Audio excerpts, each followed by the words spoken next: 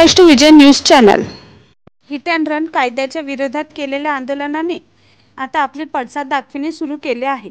नवीन वर्षाची सुरुवात होताच चालक हा हिट अँड रन कायद्याविषयी रस्त्यावर उतरला आहे आणि पहिल्याच दिवशी अकोला शहरात घरगुती गॅस सिलेंडरचा तुटवडा निर्माण झाला आहे। गृहिणीला गॅस नसल्याकारणाने त्रास सहन करावा लागत आहे। गॅस वितरक यांनी नागरिकांना होत असलेल्या त्रासाबद्दल दिलगिरी व्यक्त केली आहे। हल्ली 2-3 दिवसाआधी झालेल्या या स्ट्राईकमुळे, ट्रक ड्रायव्हरच्या स्ट्राईकमुळे आम्हाला औरंगाबादवरून जे आमचा प्लांट आहे गॅसचा, तिथून आम्हाला स्टॉक येत नाही आहे।